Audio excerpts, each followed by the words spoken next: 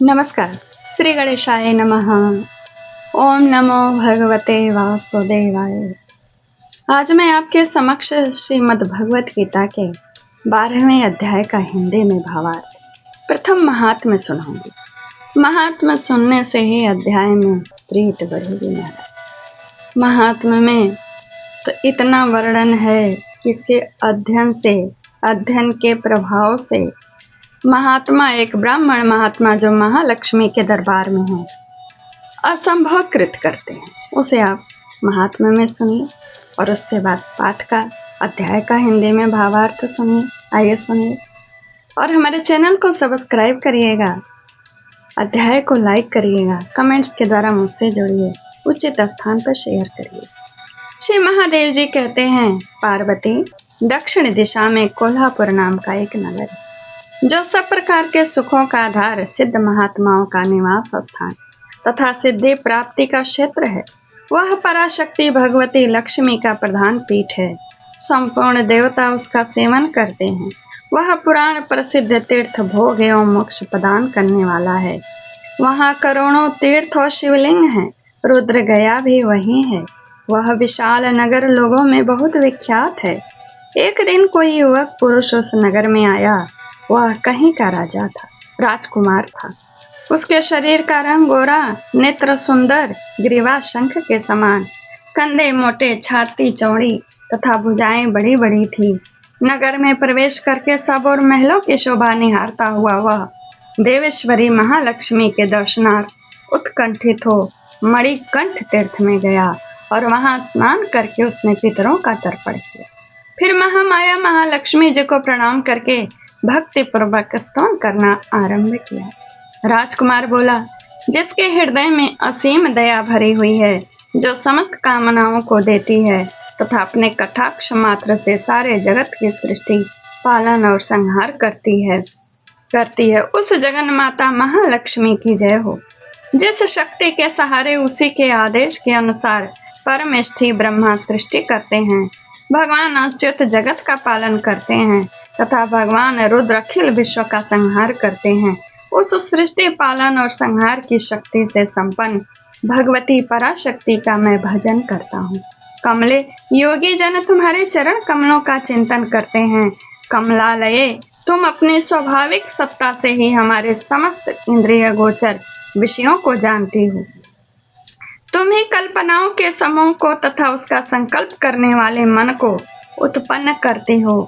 इच्छा शक्ति, ज्ञान शक्ति और क्रिया शक्ति, ये सब तुम्हारे ही रूप हैं। तुम परा संवित यानी परम ज्ञान रूपिणी हो। तुम्हारा स्वरूप निष्कल, निर्मल, नित्य, निराकार, निरंजन, अनंत रहित, आतंक शून्य, आलंबहीन तथा निरामय है। देवी, तुम्हारी महिमा का वर्णन करने में कौन समर्थ हो सकता है, जो षट चक्रों का भेदन करके अंतःकरण के 12 स्थानों में विहार करती है।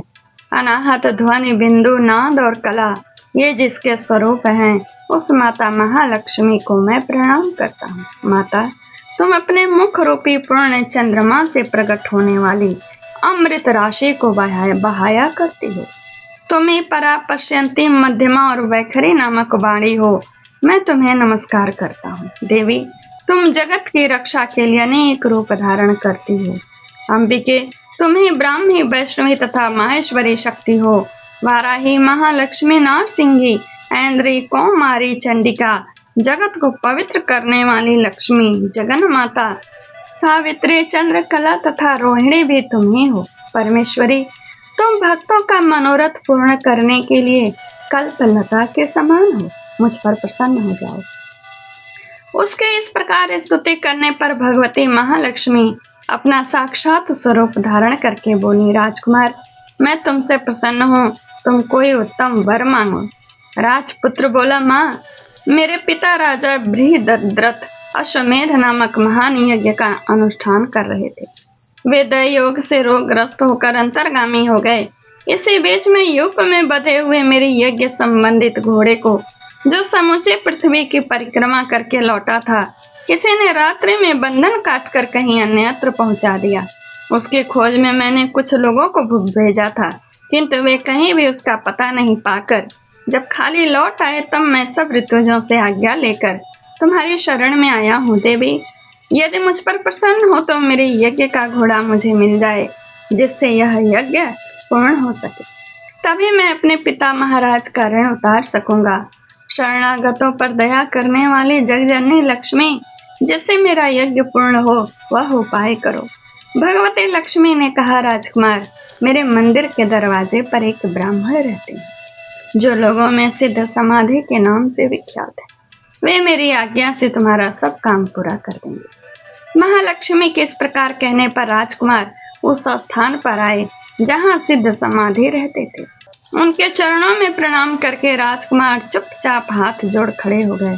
तब ब्राह्मण ने कहा, तुम्हें माता जी ने यहाँ भेजा है? अच्छा, देखो, अब मैं तुम्हारा सारा अभिष्ट कार्य सिद्ध करता हूँ। यूं कहकर मंत्रवेत्ता ब्राह्मण ने सब देवताओं को वहीं खींचकर राजकुमार ने देखा। उस समय सब देवता हाथ जोड़ थर थर कांपते हुए वहां उपस्थित हो गए।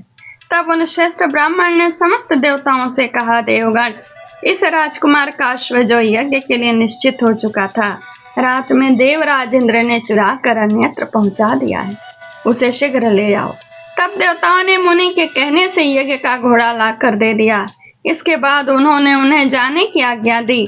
देवताओं का आकर्षण देखकर तथा खोए हुए अश्व को पाकर राजकुमार ने मुनि के चरणों में प्रणाम करके कहा, महर्षि, आपका यह सामर्थ्य आश्चर्यजनक है। आप ही ऐसा कार्य कर सकते हैं, दूसरा कोई नहीं। ब्राह्मण, मेरी प्रार्थना सुनिए। मेरे पिता राजा बृहद्रथ अश्वमेध यज्ञ का अनुष्ठान आरंभ करके दयोग से मृत्यु को प्राप्त हो गए हैं।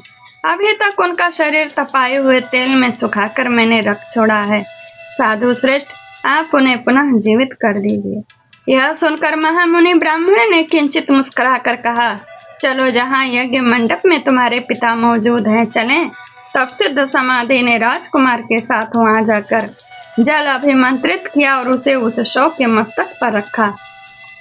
उसके रखते ही राजा सचेत होकर उठ बैठे। फिर उन्होंने ब्राह्मण को देखकर पूछा, धर्म स्वरूप, आप कौन हैं? तब राजकुमार ने महाराज से पहले का सारा हल कह सुनाया। राजा ने अपने को पुनः जीवन दान देने वाले ब्राह्मण को नमस्कार करके पूछा, ब्राह्मण, किस पुण्य से आपको यह अलौकिक शक्ति प्राप्त हुई? उनके योग कहने पर ब्राह्मण ने मधुर वाणी में कहा, राजन, मैं प्रतिदिन आलस्य रहित होकर गीता के 12वें अध्याय का जप करता हूँ। उसी से मुझे यह शक्ति मिली है जिससे तुम्हें जीवन प्राप्त हुआ है। यह सुनकर ब्राह्मणों सहित राजा ने उन ब्रह्मर्षि से गीता के 12वें अध्याय का अध्ययन किया। उसके महात्मा से उन सबकी सद्गति हो गई। दूसरे जीव भी उसके पाठ से परम मोक्ष को प्राप्त हो चुके हैं। यह महात्म्य यही पूर्ण हो। ओम श्री परमात्मने नमः। अथ 12ोऽध्यायः। अर्जुनवाच एवं सततयुक्ताये भक्तास्त्वां पर्युपासते ये चाप्यक्षरं व्यक्तं तेषां के योगवित्तमाः। अर्जुन बोले, जो अनन्य प्रेमी भक्त जन पूर्वोक्त प्रकार से निरंतर आपके भजन ध्यान में लगे रहकर आप सगुण रूप परमेश्वर को और दूसरे जो केवल अविनाशी सच्चिदानंद घन निराकार ब्रह्म को ही अति श्रेष्ठ भाव से भजते हैं, उन दोनों प्रकार के उपासकों में अति उत्तम योगवेत्ता कौन है? श्री भगवान बोले, मुझ में मन को एकाग्र करके निरंतर मेरे में भजन ध्यान में लगे हुए जो भक्त जन अतिशय श्रेष्ठ श्रद्धा से युक्त होकर मुझे सगुण रूप परमेश्वर के भजते हैं, वे मुझको योगियों में अति उत्तम योगी मान्य हैं। परंतु जो पुरुष इंद्रियों के समुदाय को भली प्रकार वश में करके मन बुद्धि से परे सर्वव्यापी अकथनीय स्वरूप और सदा एक रस रहने वाले नित्य अचल निराकार अविनाशी सच्चिदानंद घन ब्रह्म को निरंतर एक ही भाव से ध्यान करते हुए भजते हैं, वे संपूर्ण भूतों के हित में रत और सब में समान भाव वाले योगी मुझको ही प्राप्त होते हैं। उन सच्चिदानंद घन निराकार ब्रह्म में आसक्त चित्त वाले पुरुषों के साधन में परिश्रम विशेष है, क्योंकि देहाभिमानियों के द्वारा अव्यक्त विषय गति दुख पूर्वक प्राप्त की जाती है। परंतु जो मेरे परायण रहने वाले भक्तजन संपूर्ण कर्मों को मुझ में अर्पण करके मुझ सगुण रूप परमेश्वर को ही अनन्य भक्ति योग से निरंतर चिंतन करते हुए भजते हैं।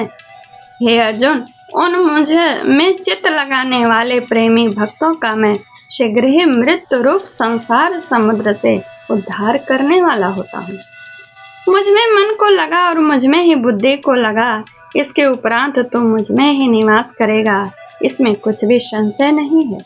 यदि तुम मन को मुझ में अचल स्थापन करने के लिए समर्थ नहीं है तो हे अर्जुन, अभ्यास रूपी योग के द्वारा मुझको प्राप्त होने के लिए इच्छा कर। यदि तू प्रयुक्त अभ्यास में भी असमर्थ है तो केवल मेरे लिए कर्म करने के ही परायण हो जा। इस प्रकार मेरे निमित्त कर्मों को करता हुआ भी मेरी प्राप्ति रूप सिद्धि को ही प्राप्त होगा। यदि मेरी प्राप्ति रूप योग के आश्रित होकर उपयुक्त साधन को करने में भी तू असमर्थ है तो मन बुद्धि आदि पर विजय प्राप्त करने वाला होकर सब कर्मों के फल का त्याग कर। मर्म को न जानकर किए हुए अभ्यास से ज्ञान श्रेष्ठ है, ज्ञान से मुझ परमेश्वर के स्वरूप का ध्यान श्रेष्ठ है और ध्यान से भी सब कर्मों के फल का त्याग श्रेष्ठ है, क्योंकि त्याग से तत्काल ही परम शांति होती है। जो पुरुष भूतों में द्वेष भाव से रहित, स्वार्थ रहित, सबका प्रेमी और हेतु रहित दयालु है तथा ममता से रहित, अहंकार से रहित, सुख दुखों के प्राप्ति में सम और क्षमावान है, अर्थात अपराध करने वाले को भी अभय देने वाला है, तथा जो योगी निरंतर संतुष्ट है, मन इंद्रियों सहित शरीर को वश में किए हुए है और मुझ में दृढ़ निश्चय वाला है, वह मुझ में अर्पण किए हुए मन बुद्धि वाला मेरा भक्त मुझको प्रिय है, जिससे कोई भी जीव उद्योग को प्राप्त नहीं होता और जो स्वयं भी किसी जीव से उद्योग को प्राप्त नहीं होता, तथा जो हर्ष, अमर्ष, भय और उद्योगादि से रहित है, वह भक्त मुझको प्रिय है। जो पुरुष आकांक्षा से रहित, बाहर भीतर से शुद्ध, चतुर, पक्षपात से रहित और दुखों से छुटा हुआ है, वह सब आरंभों का त्यागी मेरा भक्त मुझको प्रिय है। जो न कभी हर्षित होता है, न द्वेष करता है, न शोक करता है, न कामना करता है, तथा जो शुभ और अशुभ संपूर्ण कर्मों का त्यागी है, वह भक्ति युक्त पुरुष मुझको प्रिय है। जो शत्रु मित्र में और मन अपमान में सम है तथा सर्दी गर्मी और सुख दुख आदि द्वंद्वों में सम है और आसक्ति से रहित है। जो निंदा स्तुति को समान समझने वाला, मननशील और जिस किसी प्रकार से भी शरीर का निर्वाह होने में सदा ही संतुष्ट है और रहने के स्थान में ममता और आसक्ति से रहित है, वह स्थिर बुद्धि भक्तिमान पुरुष मुझको प्रिय है।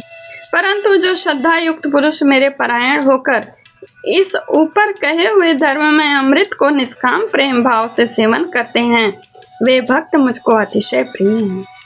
यह अध्याय का हिंदी में भावार्थ यहीं पर पूर्ण होता है।